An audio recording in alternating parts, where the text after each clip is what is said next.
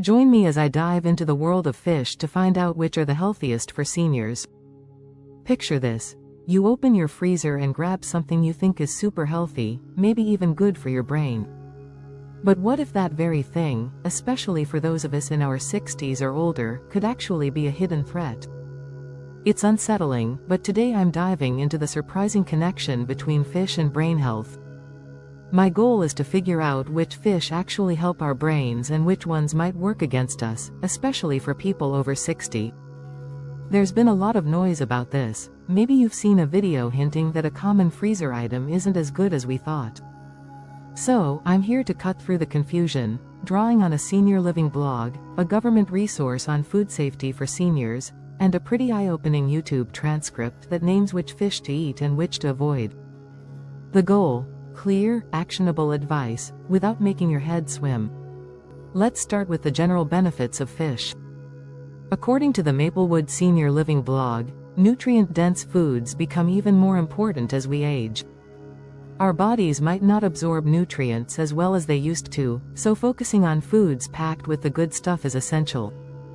Fish is definitely up there.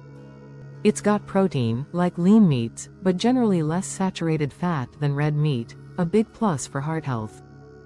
Fish can potentially lower the risk for serious heart issues, heart failure, coronary heart disease, even cardiac arrest and strokes. And it's not just the blog saying this. The FDA's 2015-2020 dietary guidelines suggest at least 8 ounces of seafood a week. That's because fish is loaded with nutrients, high-quality protein, omega-3s, vitamins B12 and D, and minerals like iron, selenium, zinc, and iodine.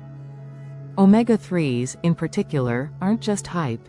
They give us energy, help our lungs and blood vessels work properly, and support our immune system. The blog lists omega-3 stars: salmon, trout, sardines, herring, mackerel, tuna, and oysters. The health benefits of eating these fish regularly are impressive. They're linked to better brain health, reduced inflammation, which is tied to many age-related issues, and even lower risks for depression, Alzheimer's, dementia, diabetes, and age-related memory decline, though research is ongoing. For example, a University of Pittsburgh study found that eating baked or broiled fish just once a week was linked to lower odds of Alzheimer's or mild cognitive impairment. Fish may also help with depression symptoms, possibly due to omega-3s and serotonin, the mood regulator. Wild-caught salmon and sardines are especially good here. Omega-3s also support better vision and eye health, and DHA, a type of omega-3, might help stimulate melatonin production for better sleep. For anyone with achy joints, the anti-inflammatory power of fish could help with arthritis symptoms.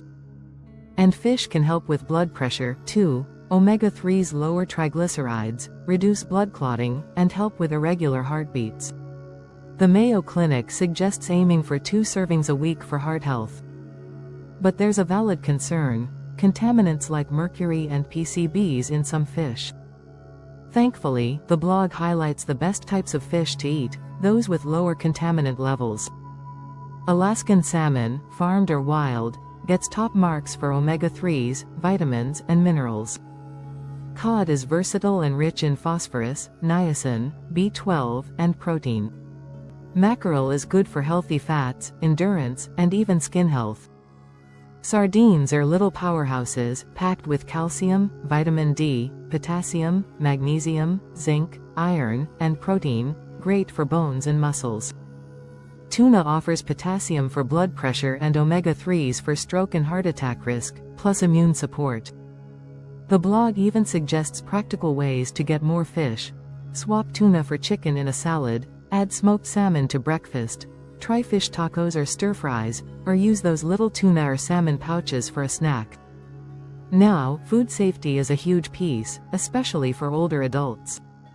A government publication on food safety for seniors emphasizes that even if you've been cooking your whole life, things change: how food is produced and distributed, and our understanding of food poisoning. Older adults can be more vulnerable. Immune systems might not be as robust, stomach acid might decrease, and underlying conditions like diabetes or kidney disease can add to the risk. Harmful bacteria are often invisible, no smell, no taste, no change in appearance, so following safety rules is paramount. Foodborne illness can strike fast or take weeks to show up, with symptoms like upset stomach, vomiting, diarrhea, fever, headache, and aches. If you suspect food poisoning, see a doctor and report it to the health department, especially if you ate out. The main food safety rules are summed up in the Fight BAC slogan: clean, separate, cook, and chill. Clean means washing hands and surfaces thoroughly. Separate means keeping raw meat, poultry, and seafood away from other foods and using separate cutting boards. Cook means using a food thermometer to ensure safe internal temperatures. Fish should be opaque and flake easily with a fork. Chill means getting perishable foods into the fridge within 2 hours, or 1 hour if it's hot out, and thawing food safely in the fridge, cold water, or microwave. The government source also gives special advice for seniors. Avoid raw fish and shellfish, like sushi or raw oysters, and refrigerated smoked seafood unless it's cooked into a dish. Canned or shelf-stable smoked fish is generally okay, but refrigerated kinds carry a risk for listeria. Other foods to avoid include raw and unpasteurized milk, certain soft cheeses, refrigerated pates, raw eggs, raw meat and poultry, raw sprouts, and unpasteurized juices. When eating out or getting takeout, follow the 2-hour rule for food in the danger zone, reheat thoroughly, and don't be shy about sending undercooked food back. Now, let's look at that YouTube video, 4 fishes you must eat and 4 you should never touch. It starts by saying not all fish are equal, and some high mercury ones could actually increase the risk of things like Alzheimer's, up to a 60% increased risk for older adults who regularly eat high mercury fish. As we age, our bodies might not detoxify as well, so mercury can cause memory problems or mood changes that might be mistaken for normal aging. The video shares a story about a man with memory issues linked to his weekly swordfish habit. He improved significantly when he cut back. So, what are the good fish?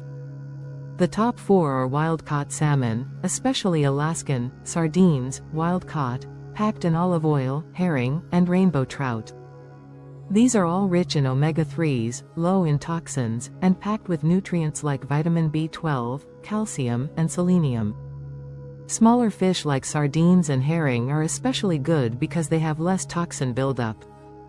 The video also discusses the importance of the omega-3 to omega-6 balance.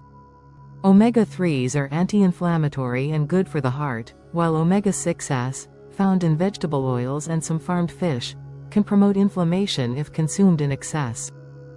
Wild salmon has a good ratio, but farmed tilapia and farmed Atlantic salmon often have more inflammatory fats. Now, the 4 fish to avoid after 60. Farmed Atlantic salmon, due to poor omega-3 to omega-6 ratio and potential contaminants. Swordfish, high in mercury. King mackerel, also high in mercury and sometimes mislabeled. And farmed tilapia, especially from places with less regulation, due to high inflammatory fats and potential pollutants. To spot safer fish at the store, look for wild-caught or Alaskan salmon. Clear sourcing. US, Canada, EU have stricter standards, and sustainability logos like MSC certified. Choose smaller fish lower on the food chain, like sardines, anchovies, and herring. Don't be afraid to ask the fishmonger questions. For those who don't like fish, there are alternatives. Flax seeds, rich in all omega-3s, chia seeds, walnuts, and algal oil supplements, a direct source of DHA and EPA, great for vegetarians. The video even offers a sample 3-day brain-boosting meal plan for seniors, featuring oatmeal with flax and walnuts, grilled wild salmon, steamed rainbow trout, avocado toast with chia, sardine salad, baked herring, smoothies, and wild salmon cakes, plus healthy snacks. The plan is designed to be easy on digestion and support aging systems, with flexibility to swap fish for algal oil or plant sources. So, what are the main takeaways from this deep dive? First, not all fish are equal. There are clear winners and some we should limit or avoid. Second, the omega-3 to omega-6 balance matters. Choosing the right fish helps maintain that balance. And third, small changes can really add up. You don't have to overhaul everything overnight, just making smarter choices gradually can significantly impact your health as you age. It's empowering, not about restriction, but about making informed choices to fuel your body and brain well. Maybe the challenge for you this week is to try one small thing, a new salmon recipe, or maybe be brave and try sardines. Explore one of the good fish and see how you feel. The potential payoff? More energy, clearer thinking, feeling stronger. It's worth exploring. I hope this discussion has given you some clarity and concrete ideas. Remember, it's never too late to make choices that support your health. Your body will thank you. Stay well, eat wisely, and take good care of yourself.